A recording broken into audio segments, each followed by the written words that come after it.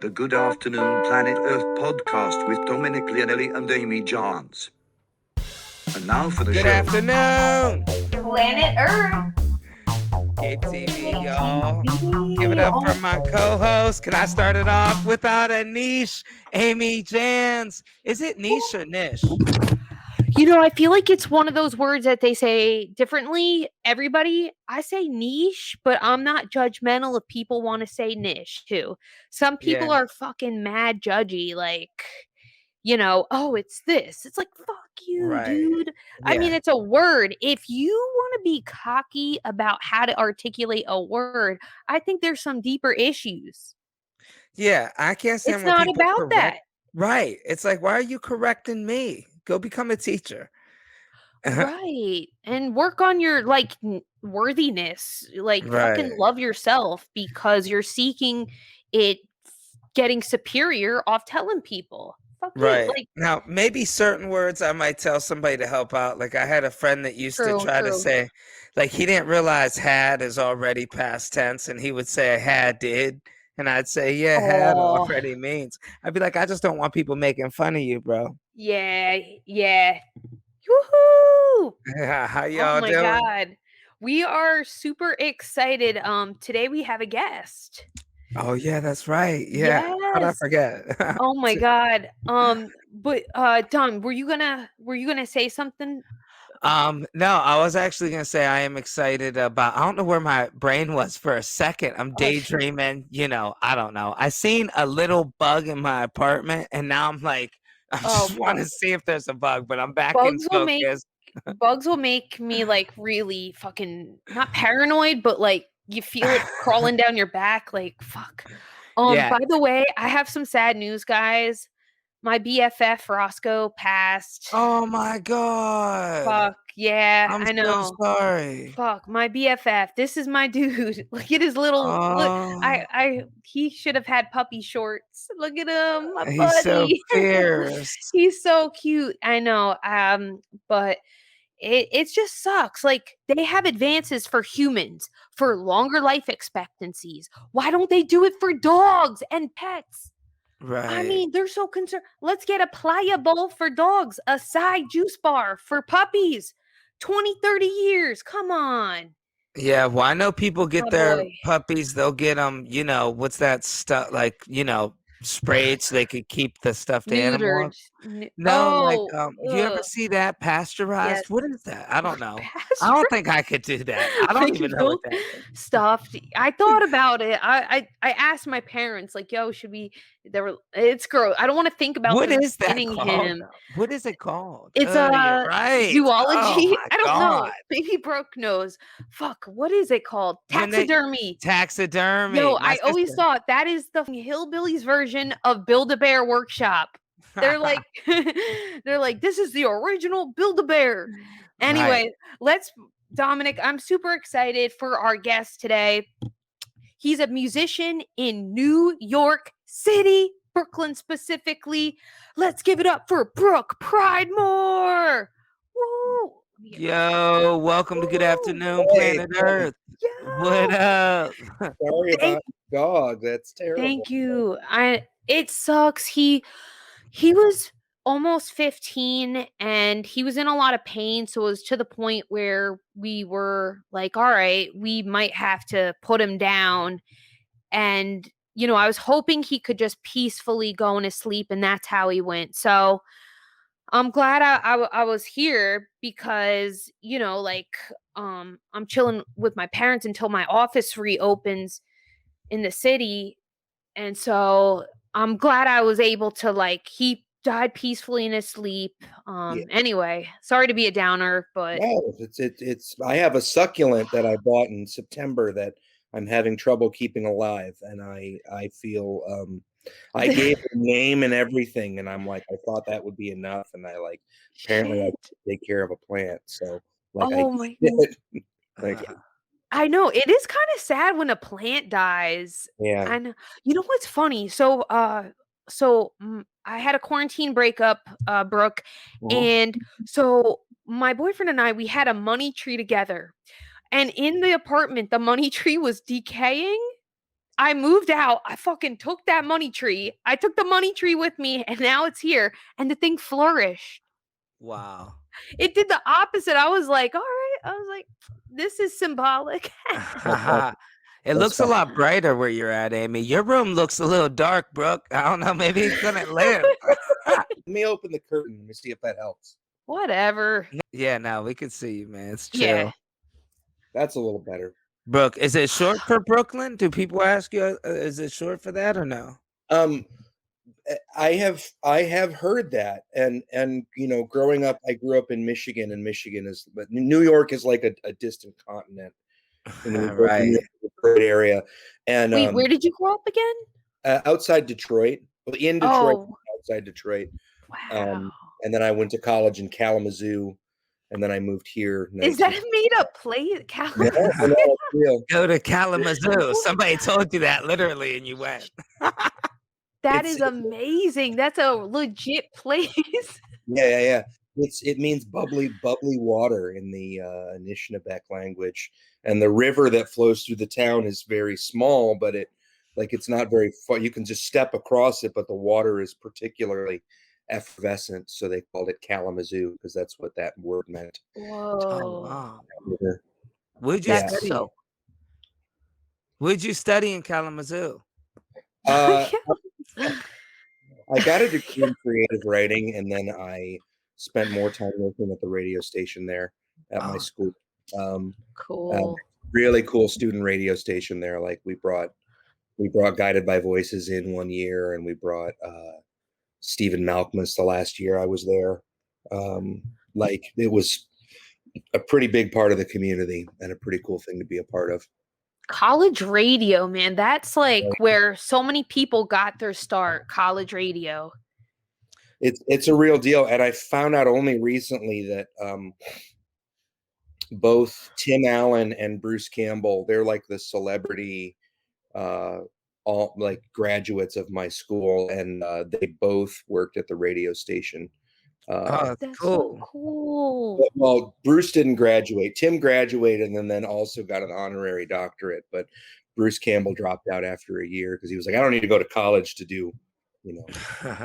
Yeah. To chase my dream. You know? But yeah, I've been here for 19 years, and growing up, sometimes Brooklyn a little more than since I got here, a little more since I've been here. When I was a kid, it was either Brooke Shields, because she was famous, or there was a Detroit Tiger. One of the guys on the Tigers was named Tom Brookins, and I heard that a lot too as a kid. Brookins. Brookins. Yeah, that one's all right. That one's all right. It's weird to be like 8 and have people call you Brooke Shields, like though that was right. I'd be like, bro, I'm named after Brooklyn, man. Check out Biggie, Brooklyn Pridemore. Your name sounds like a damn school or something. Brooklyn Pridemore. Yeah. It's a technical school. It's a vocational college. Yeah, school is great. Down by Medgar Evers. How many times when you tell people, when you go, yeah, I went to Kalamazoo, how many times are people like, no, come on, man, seriously, where'd you go to school? Most people don't believe you. I love that. Yeah. Their big branding out there is stuff that says, yes, there is a Kalamazoo. Yeah, and shirts and in coffee mugs and stuff. It's it's a weird little spot. It's kind of a big town, but it's just like it was like a city that got built up when rail travel was a big deal. So it was like you'd stop on between. It's like exactly between Detroit and Chicago. So you'd stop, you know, when you were on the train or when you were traveling by buggy or something, stop there for a day on your way west or east, and then after that, after cars made that a 4-hour trip, it's not as big a destination, and has like slowly gotten smaller, but wow. It's still got a lot of heart. It's still got a lot of still a cool place to be. Kalamazoo. I love the name. And then like growing up by Detroit, that had a huge music scene with Jack White and stuff. Did you ever see him around the scene? Because like he went to LA like sometime in like 2000s, I think, right? Well, that I don't know, but I never saw the White Stripes until they were huge. Like I saw them in Detroit, like right before I left at like a like an amphitheater. But they did play this bar a couple times in Kalamazoo that I used to play, like this, little hole in the wall bar.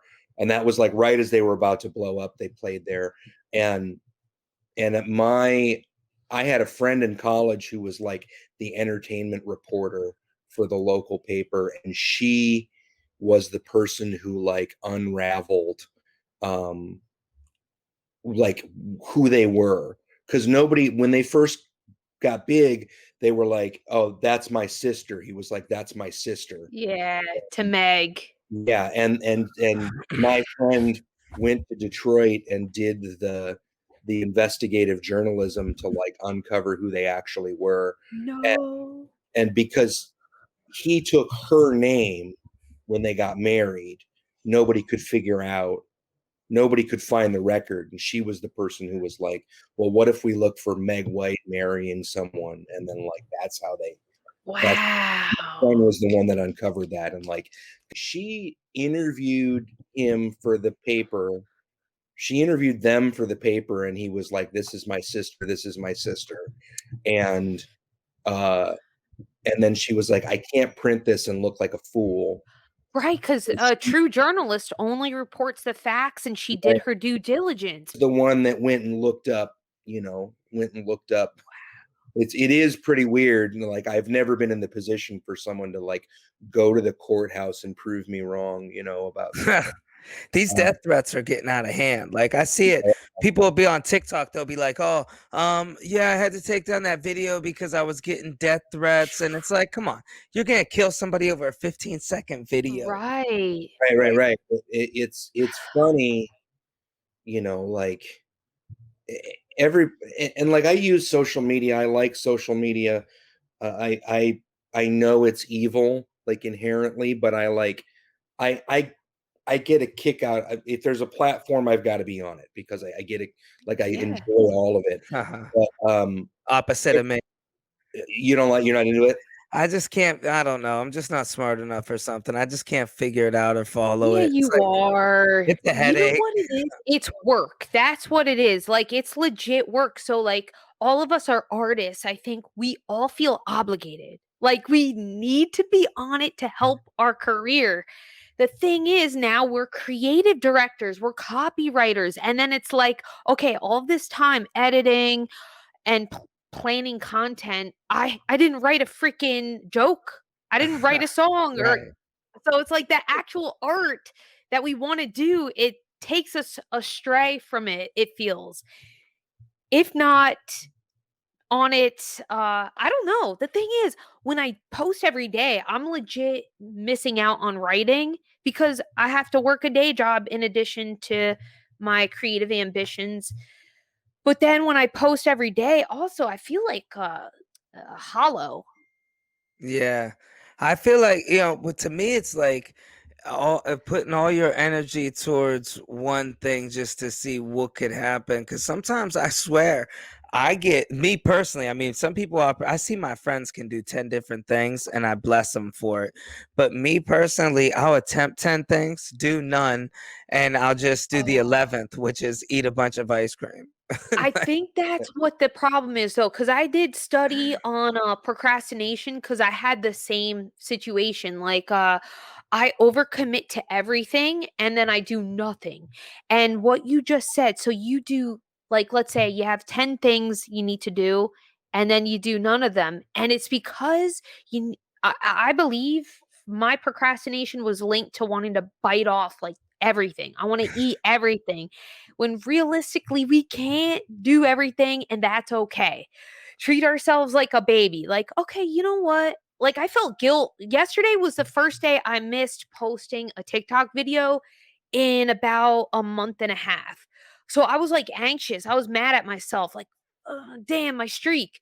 And then it's like, you know what? This is just a TikTok video. My dog died yesterday. I need to, nurture myself, and it's okay. And it felt better.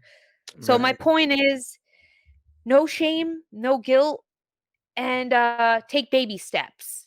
And forget perfection. That's it. Trying to have perfect, funny, smart content, it's like, no, like shit post all day. Just put it out there. But yeah, Brooke, you're crushing it on TikTok. Thank Like, you. you got to follow Brooke. Check him out. Yeah, I'm Yeah, gonna you do follow you. Proper Gang. I love the stuff where you try all these different drinks and all that, unique flavors. Yeah, you know where that came from was I through traveling, I drink a kind of an irresponsible amount of caffeine. Through Huh. driving 8 and 10. Coffee right now. I'm with 8 you. cup. Yeah, I'm drinking coffee right now. But I mean, I was in this habit of like, between 4 and 6 monsters in a day, depending on how far I was driving, and it was like, and I was like, boy, Guys, it's right one of those. here. Can you Hey, see it? Yes, it is. follow I'm Brooke about to at right now. Brook Pridemore, everybody. Yeah. And I was like, boy, they're terrible and they're not good for me. But I was also like, I'm drawn to them, and I'm drawn to different brands and different flavors at different times. And I was like, well, what if I did like YouTube videos, and they're still up. I'm gonna take them down eventually because they're pretty bad. But I did these YouTube drink reviews Yeah. that were like 15 minutes long and more like just video journal talking about my day. And it was one of those things, nobody saw it. It was super weird and like not very engaging. And then it was like last spring, I really was looking at TikTok a lot, and I was going like, I didn't think I could ever create content on the platform because I'm older than the average demographic, and all the reasons that I'm talking myself out of doing it. And it was like, as I slowly got into like starting to understand how to do TikTok, I kind of was like, well, what if I like took out the earnestness and took out the distilled it down to a minute, and just like did these drink reviews that were really more like just non sequiturs. And Yeah. like, so I like still get to drink the thing, which is really the point of it anyway, is like justifying the monster or the C4 or whatever. But then, also kind of do this weird, like, it's not really comedy. It's funny, but it's like not, I can't really put my finger on why. If I was watching it, I would kind of go like, this person is either on a lot of drugs, or this is just like some amazing found footage thing. But like, it's gotten really satisfying. And then it led into the Juggalo posting and I found the Chopper Gang through the Juggalo Oh posting. yeah, Detroit So ICP, funny. right? Yeah, I forgot about that. That was really when I was still in Detroit. They were really like, they were a huge local band when I was in like high school. Yeah, that was their come up years. Right after that, they got big. Right when I graduated, The Great Malenko came out, and then they were like a national band. But I've also never seen them around. I've met them at a record signing, but like, they're not like I'm not homies with them or anything. Like, I feel like they'd be so cool to see live. I haven't been in a while, but they're like, it's one of some of the most fun shows I've ever been to. I saw them with Guar one Halloween, and like, Guar played earlier, and it was like their whole thing is blood and guts and killing people. Oh, And so like they were so over the top that wow. ICP then had to come out and just like, their whole thing is spraying Faygo on the crowd. What is Faygo? What is Faygo? Cheap soda. It's a soda, Oh. from Detroit. For some reason, they're carrying it here in my neighborhood. In like every bodega has started carrying Faygo, What? and in the last 2 months, That's And interesting. my friend and I ordered 2 cases of Faygo from the company because he wanted to try them. And I'm convinced that like the beverage distributors were like, you guys like went around to all the stores and were like, maybe you guys should start carrying Faygo because it's like 24 ounces and it's 99 cents. And it's Right. and it's like all these Wow. weird flavors. And but yeah, that's an ICP thing too. Like they have a pallet of it on stage and they're just spraying 2 I'd be liters tight. over the I'd crowd. be They should so they should have started their own brand of soda, like as a Oh, yeah. line extension. Like whoever was their manager, that would have been a crushing. 50 Cent style. Yeah, they would have killed it. Oh my god. I'd be mad if somebody sprayed soda on me at the concert. I went and seen the Then used. you're all sticky. Yeah. I seen the used and they would spit in people's mouths. People would, Oh, and they would spit in people's mouth. that is no good. Is that COVID, crazy? that's STD wrapped into COVID, wrapped into herpes. It's all the same. Spit in my Anyway, girlfriend's So mouth. many He spit things in my girlfriend's if mouth. he did, Yeah, my girl loved him. She, I'm like, babe, are you oh, serious? oh my god. There's so many things you can't do in the last year anymore, you know, like my doorknob licking club is basically falling apart. Ugh. Brooke, when you're on stage and it's getting heavy, do people ever want you to spit in their mouth? Is that the Yeah, type? what's the weirdest thing? Like, I'm sure people have their little like, these fan people, they go and they want I don't know. What's your weirdest Yeah, fan touch my experience? face. Well, Touch my face. you know, thankfully, because like I don't party and like, so it's like I'm already not drinking, I like thankfully it's not too wild, but just I do want to share something that happened about 10 years ago I was in Lyon in France on a tour, and I'm Wow. playing this bar, and I love this bar because it's called L'Autre Côté du Pont, which means the other side of the bridge, and or the other side of the river, one of the two.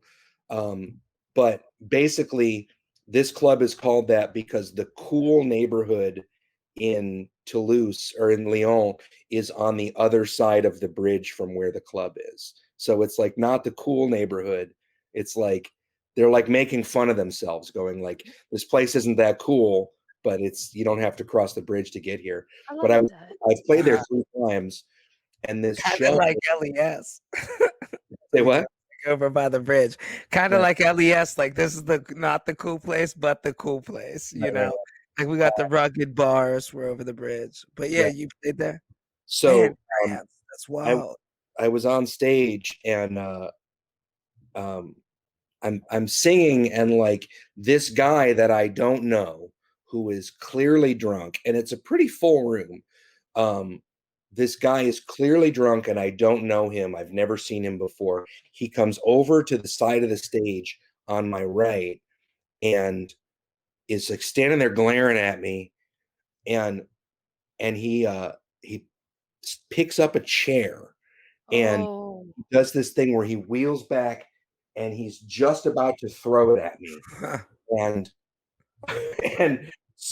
like the club owner or my friend or somebody grabs him and takes the chair out of his hand and puts it down and goes, sit down, speaks to him very sternly, sit down. And like I'm freaking out. And I watch, there's this, it's amazing to be overseas, to be traveling, but there is this like stranger in a strange land thing where just like you're firing on all synapses at all times. It becomes exhausting because you're like, I am so out of place here. Traveling as a musician overseas, it's like amazing, but it's also like terrifying at the same time. 3 more times during the set, the guy tries to grab a chair and throw it at me, and they stop him, and I finish and I get off the stage, and I'm like, I'm ready to fight. I'm not much of a fighter, but I'm ready to fight. This guy, my friend who puts me up that night, she approaches me and says, he wants to say something to you, but he doesn't have any English, so he asked me to translate. Oh and God. I go like, "What's up?" And to this guy, and he says something to her in this very small voice, and she says, he wants you to know that just because we don't speak the same language, you touched his heart because you sing it in a universal language, and what you brought in here moved him to his core, and he was so excited that he wanted to throw a chair at you. And I was just like, "I'm sorry, man. Thank you so much." Like, Wow. and that is the wildest thing that's ever happened.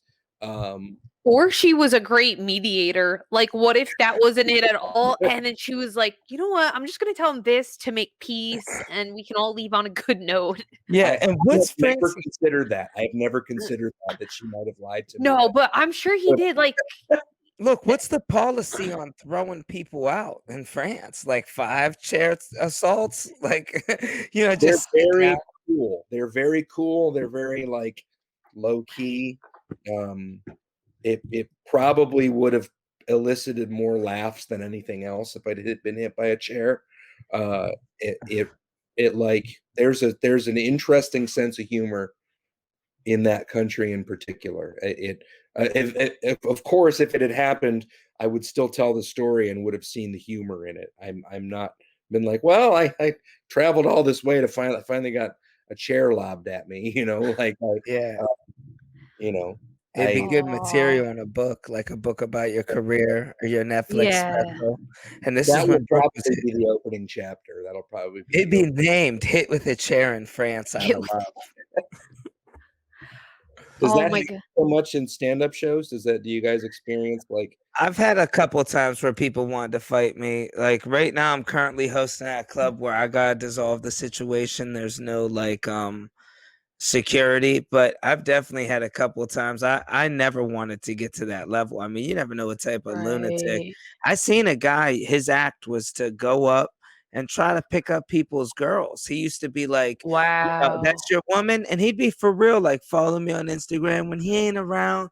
And he'd be saying derogatory stuff to the girl right from the stage. And the guy got out of the audience. The guy got out of the audience and beat his ass on camera and everything. Wow. During the show, like a taping. Beat him up on camera. Did that make it into the final show? No, but it made it to every comedian's phone. That video got passed around New York. Like everybody was watching it. You could see the dude like punching. Like that's it. Everybody's got their phones. So like if something like that does happen in the audience, you could just make it content and it'll go viral. Something like that, no doubt. If only you had that on tape, Brooke. If only. What's your favorite stage to play in New York? Well, per capita, per number of times played there, but it would have been the Sidewalk. I played there. Oh, I love Sidewalk, yeah. bro. The open mic. It was such a great open mic because comics and musicians, that was when we could all like merge together. I love comic and musician open mics. They're the best. Did you guys do the open mic there? Yeah. Crazy. I feel like I was there every Monday from 2003 to probably 2013. we probably seen each other. Oh wait, till 2013. No, I didn't start going till like 2016. But I felt like at the music mics, I feel like at Bitter End and Sidewalk, and then I don't know. There's another one like under St. Mark's, maybe it's like down there. But those ones, I feel like the music people hate us comedians. They're just like, get done. We want to do music. I feel like sometimes it's appreciated, though. I know, like, as a comedian, I appreciate music acts because it just switches it up. My ADHD is so relieved. And it's like, that's what the human brain needs, variety. Like, one after another, like, for 5 hours straight of the same thing. It's like, my brain craves variety. Right. But wait, what do you think, Brooke? I seen you nodding your head when I said it. The music people don't like the comedians so much. You can be honest. Right, yeah. There was always 1 or 2 comics that were there every week. And like one of the reasons I didn't mourn that place when it closed. I didn't go like pay tribute. I like was grateful for the experience, but one of the things that I saw while I was there was, and I was guilty of it when I was a part of it, was comics were never enveloped into the scene. They were never like, there was one, Rick Shapiro did really well, and he was like part of anti-folk, but that was even before my time. He was already established when I got there. But people, it was this collective eye roll, and it was like I was guilty of that when it was going down. I'm not free of sin, but one of the things that I've always noticed just about, and I've played a lot of comedy open mics too, it's all about process. It's all about, putting stuff together. And it's like, the sidewalk was very nurturing. Well, it was either like, I thought I was king shit when I moved to New York. I mean, I really did. And then we all did. The first time I went to sidewalk, Kenya Dawson and Langhorne Slim were in the first 5 people that played, among 3 other people that were like, I think Jeffrey Lewis was there that night too. And it was just like, I was sitting there waiting to get up and do my one song, and was like, my God, like, wow. I've had to be friends amongst legends. that, yeah. And it was never quite that crazy again, but I really got, it was either like, you're either going to do this for a little while and then leave forever, or you're going to step your game up a lot. And I think the comedy thing is like that too. It's like, you're not just, you don't really go to open mics to get famous. You go to open mics to like learn how to do your thing. Right. And for a long time, anytime I wrote a new song, it like wasn't really official for me until I'd played it at Sidewalk. And about 6 or 7 years ago, I was like, okay, I maybe not so much anymore. Maybe I don't need to do exactly that. But it was synonymous with, with me. I was, and then, it's not really that good an idea to tie your identity to one. Oh, I know exactly what you mean. Yeah. I think we all pick like that one comedy club that were like, this is home. And there's people, there's guys that would just do the Creek in the Cave. And then it's like people outside of the Creek don't know you or whatever. And in LA there were guys, I say that any gender, but people that just did the Comedy Store. And then it's like, everybody should diversify their stages a little bit. It helps.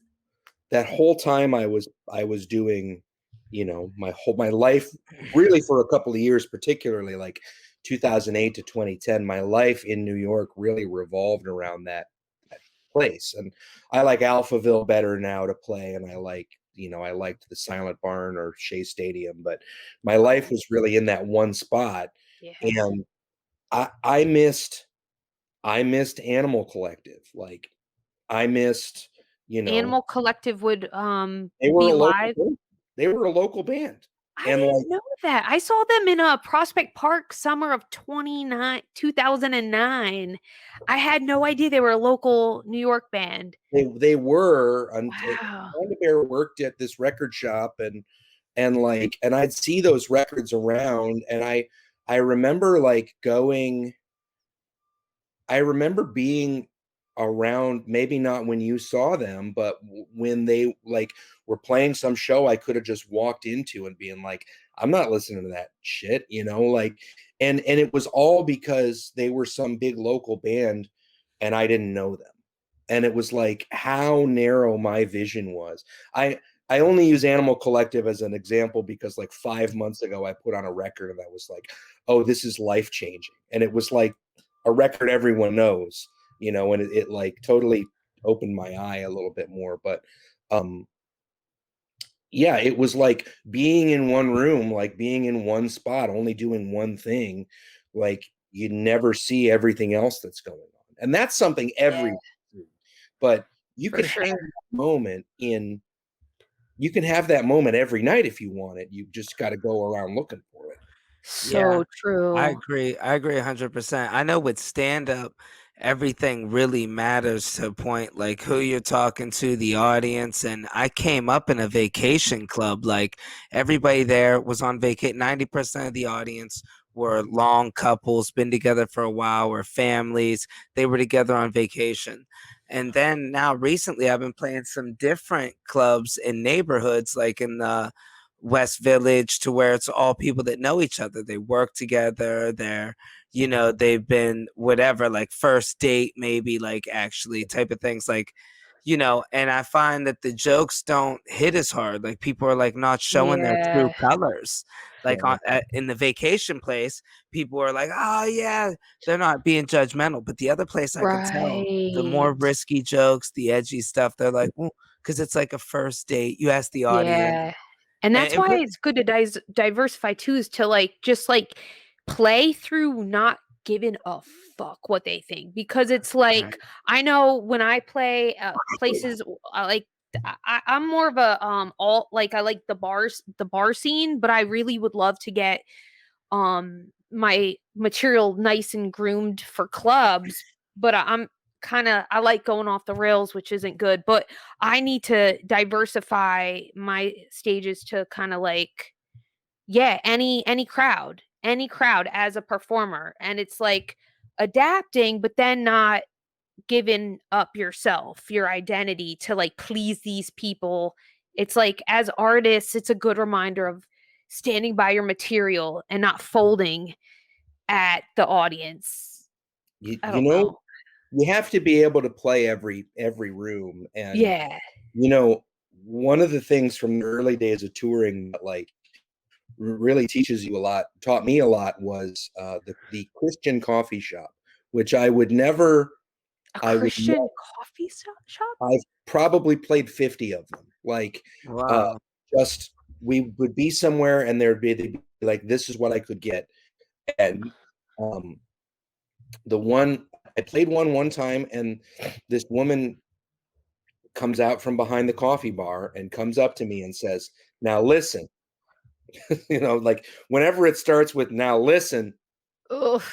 you better listen, but she goes, now listen, before you play anything, no F words, no GD words, no SH, or What is GD? Oh God. Yeah. Oh F words, wow. no GD words, no nothing VD, about. I was like, oh, I thought of VD, venereal. I was like, an STD? No. Right. No, nothing about it's just like that, and then like no, nothing about drugs, sex, or beating up women. Have a good show. And the guy I was on tour with was like, I'm not playing, and I'm like, I'm gonna play because we got to play. And this was in North Carolina, and I was playing later, and I think I said I was singing someone else's song, and I might have said the word prostitute or something, and the same woman comes barreling out from behind the bar, and it says something very serious to my friend that was the tour manager, and it's over, and Dan goes, the tour manager goes, she wants to know if you can play here every Friday night for $50 a week, because they had such a good time.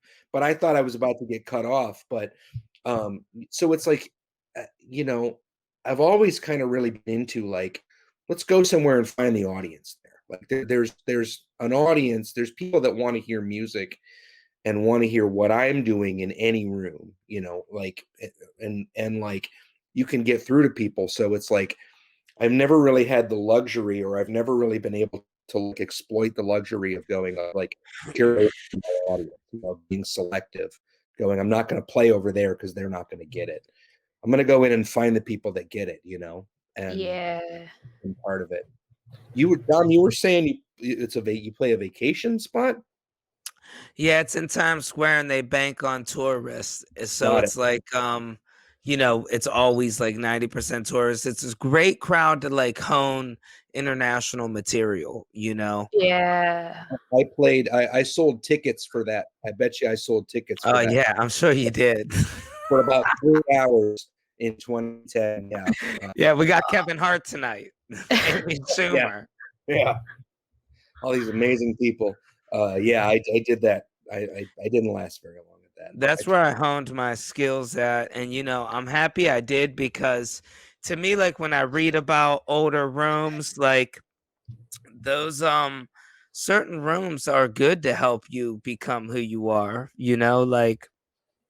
like you said, sidewalk, like that probably helped you really become who you were.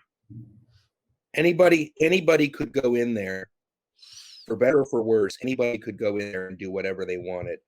And Goodbye Blue Monday, which is just right up the block from me, was yeah, they had a mic there, comedy mic. They had even more than that, though. They had a completely egalitarian booking process. The owner was like, if the slot is open, you can have it. And he would get to a point with people where he was like, I can't book you again. But I lived upstairs for a moment, and still to this day only live right down the block. And it was like, for years, just walk in the door and there's going to be something going on there. And so what that ought to breed is like, grindcore bands playing with rappers, and alt comics playing with a poetry reading, or all, like, you kind of walk in and go, what the hell is happening here? Because I think ultimately we're all trying to share something, right? Like, yeah, plan for you guys, like, Yeah. we're all pastors, like. Now I'm starting to do more of that, where I want to be in different rooms, because I can see how much I grow now. There's a muscle just to build from getting used to being on different stages. Like, yeah. You're like, oh, I'm not used to being down low. I've been up high for 5 years, every night. And then you get down low, it's a different vibe. This place is dark. This place is bright. Mm-hmm. You mean actually physically down low, like the stage is low?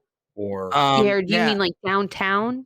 No, I mean like well, actually both in a way, but yeah, uptown versus downtown's a totally different thing. Like, if you get an uptown host in comedy and bring him to a downtown show, the energy isn't gonna match really, because the host is gonna be snapping, boom, boom, boom, and then these guys are gonna come up like, so toilet paper was $1.97, and the audience is like, what?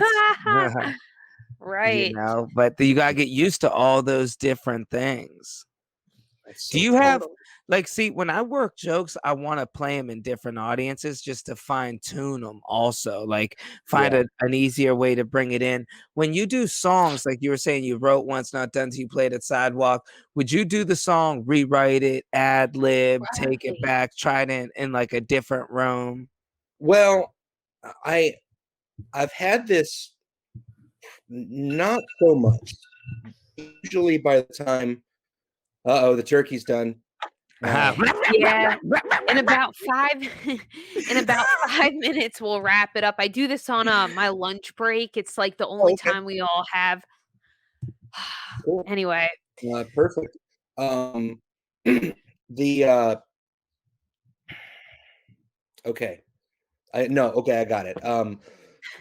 I was, typically by the time it got even to the sidewalk stage, it had been through a few processes. There's a few things I took there over the years that were like, that is a dud.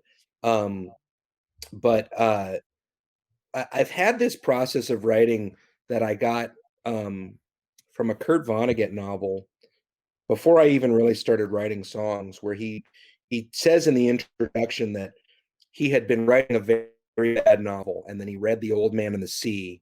And I've never read The Old Man and the Sea, but apparently, like, the lesson is the big fish is strapped to the bottom of the boat, and the other fish on the way back to land eat all the good meat. And a local fisherman told Vonnegut, I would haul the carcass into the boat, hack off the good steaks, and throw it back into the water and just take the meat. So that didn't happen.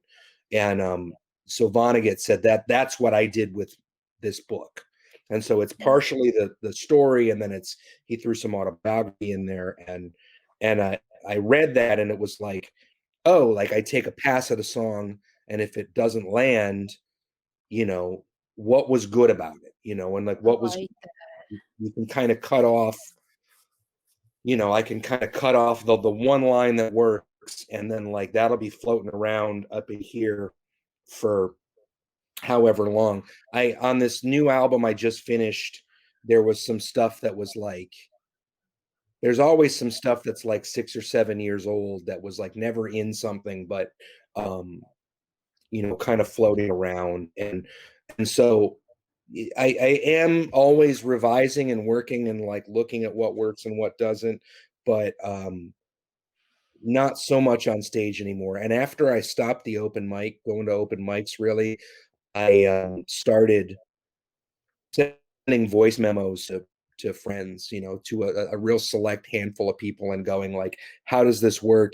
And then, a couple years ago, one of my friends disseminated that voice memo around their community, so a bunch of people heard something I wasn't sure about, and I was like, and I even got like one phone call about it, and was like, okay, maybe it's time to just like trust the process. I hate phrases like trust the process, but it was like, maybe it's time to trust. And that got even smaller, and now I don't even really send them around anymore. I just kind of trust that it's done. Wow. Yeah.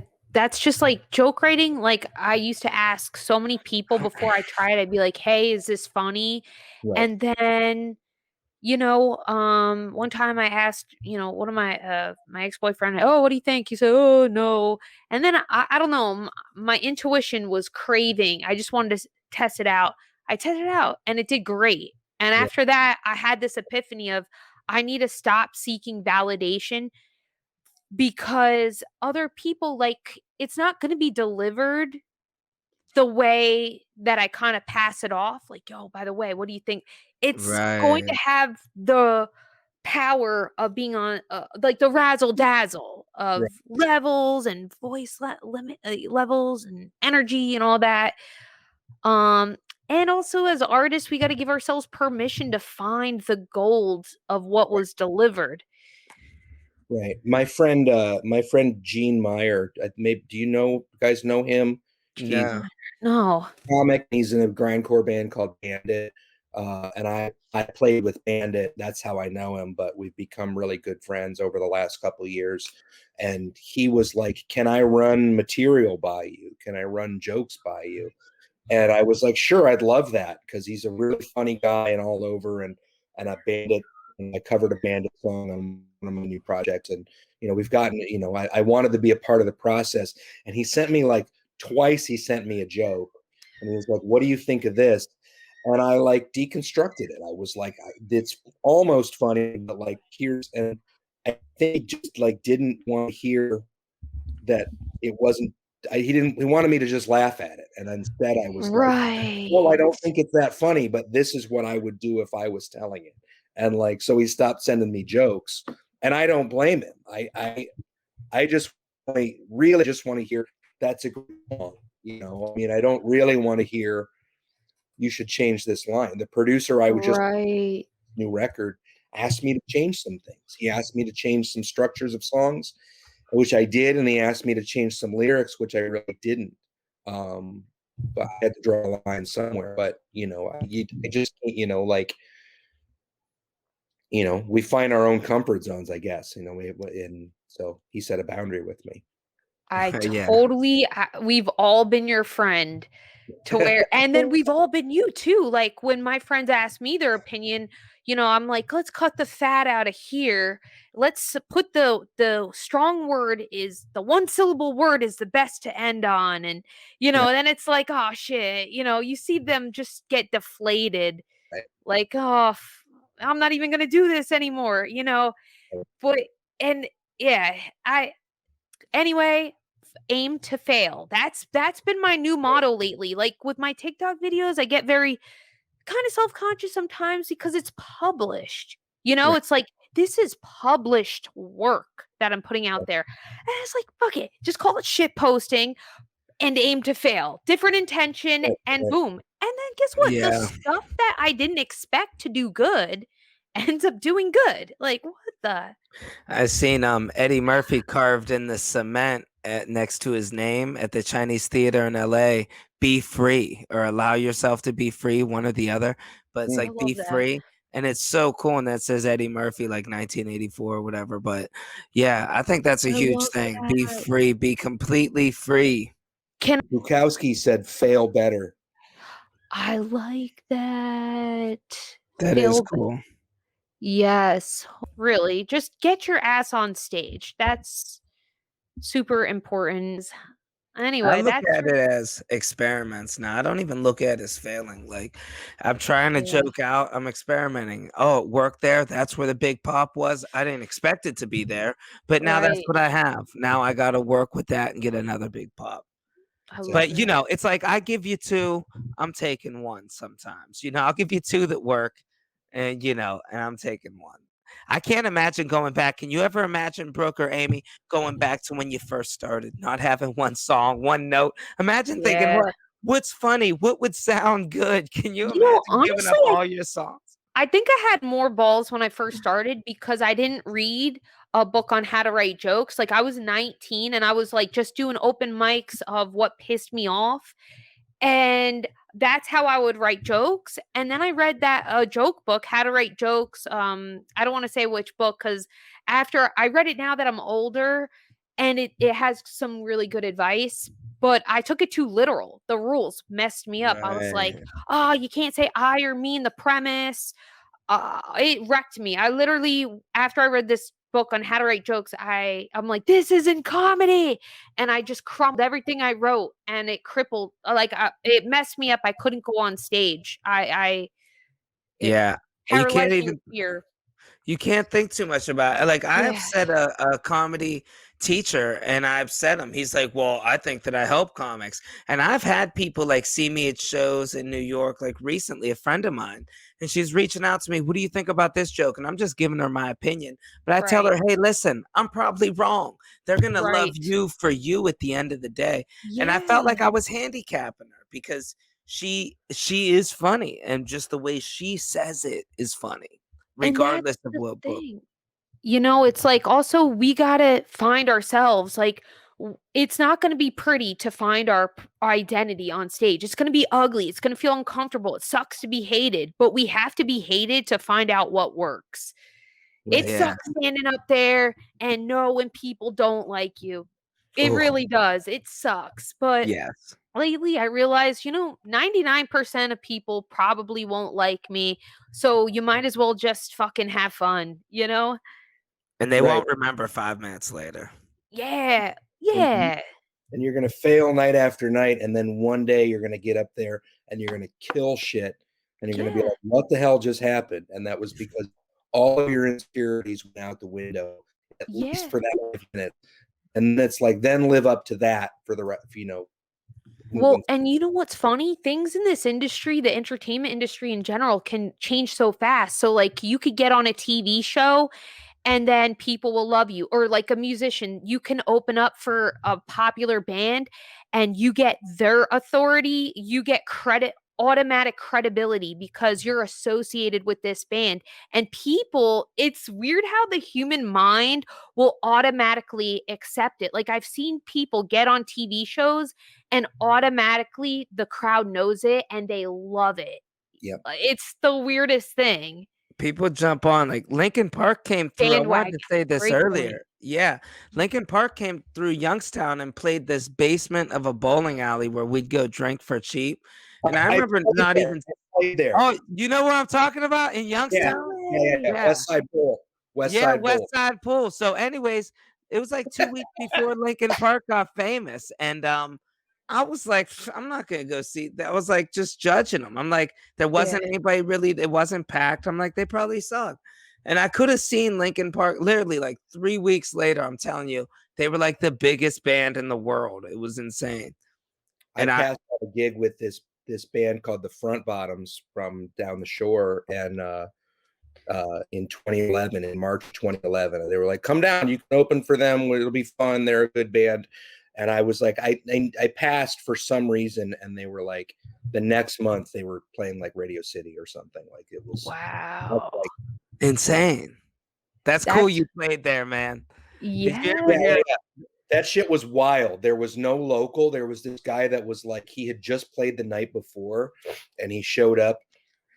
No one came. The 2 people I knew came, and like the local band, I've never been like this. I never spoke to this guy, but like they brought in their gear and they were like, "Oh, can we use your amps?" And we were just like, "No." And he gets up and they start playing, and they weren't bad, but he was like, "I just play shows so I can steal the other band's shit and sell it for drugs." And it was Ohio. Yeah, there's some brutal hoods there. Good old Ohio. Rough and I've been there a few times, and it's always like, wow, this is the Wild West out here, like, you know, like, to that town. Yeah, and they just passed the stand your ground law, like Florida now. So what does that mean? Where everybody got guns in Ohio, so it's like if somebody yells at you, you could do, "Hey, I felt threatened," pow. You don't get no trouble. So don't be yelling at people around no more. No more road rage. I tell everybody. I would never. You can't risk it. People are crazy. What do you think? Hey, what's the name of your album, man? I wanted to ask you so you can promote it. So the most recent one, the newest one is not out yet. I'm trying to find a home for it. I've sent it to a bunch of people. That's called Glad to Be Alive. The last one is called, from 2018, is called Metal Is My Only Friend. And I am still very proud of that record. I played. And where can they stream it? Oh, I'm glad you asked, Amy. The money goes directly to me at brookpridemore.bandcamp.com. Cool. Let me type that up. All my records are out there, but Metal Is My Only Friend that's the jam. I played almost everything on it myself because nice. Is that it? Yeah, that's it. All right, sweet. And are you on Spotify, Pandora? Yeah. I'm on Spotify and Apple Music, and there's a lot of music videos and live performances on YouTube. Yes, I was looking for I was looking you up to try to brainstorm some questions, and I came across your YouTube page, and your YouTube video looks super cool. Like this.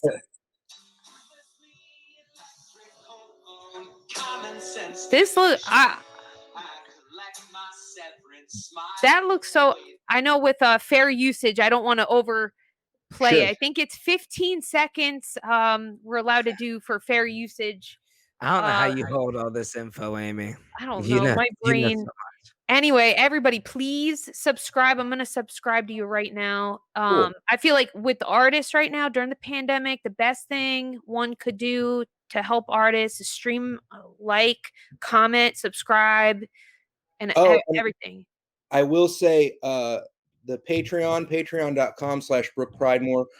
Every Sunday night at 8:30, I do an all request show on my, I stream it on Facebook. It's free to watch. If people sign up for the Patreon with a $10 contribution a monthly, it's I play whatever requests they want to hear. It's a really weird and eclectic show every week. Cool. It's been the highlight of my week for a little over a year now. So I'd want to put that plug in there too. Cool. Yeah. All right, that's what's up. Yeah, everybody subscribe to Brook on TikTok and Instagram too. Like, TikTok content, super entertaining and fun. So nice. Well, go ahead. I was gonna say, you got anything, Brook? No, I was gonna thank you guys. Yeah. Thanks. No, man. Thanks for coming on. I feel like we could have talked hours more. Like, yeah, man. Anytime you guys want to have me back, like, I will do it. But for the meantime, it's been awesome to be able to be here today. And when shows get back to live, maybe we could do a comedy music show live or something. We could put that together. I would love that. I would love to do it. Yes. All right, everybody. Thank you for watching. Good afternoon, Planet Earth.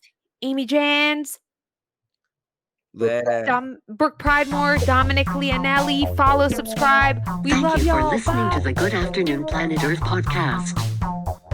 The only afternoon show that's filmed in the morning and aired at night. Please subscribe and leave a great review if you can. We will be grateful for that. Have a good afternoon, planet Earth.